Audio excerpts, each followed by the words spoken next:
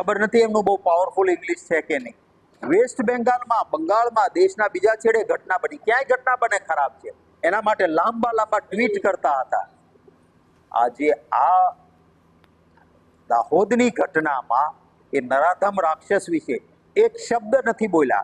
શેરીઓમાં ભાજપવાળા candle March કાઢતા હતા. શું આ દીકરી આપણી દીકરી નથી? અરે ગરીબ ઘરની બક્ષીપંચની આ દીકરી હતી, એના માટે ભાજપવાળાએ રોડ પર कैंडल मार्च लेने नहीं આવવાનું.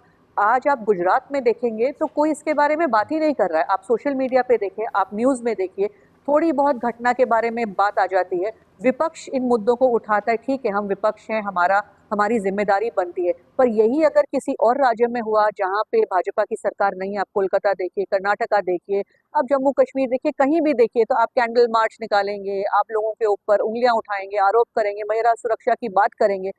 तो ये भेदभाव क्यों करती है? क्योंकि आपका यहाँ पे सरकार है भाजपा की, तो भाजपा इस पे चुप्पी साधी हुई क्यों है?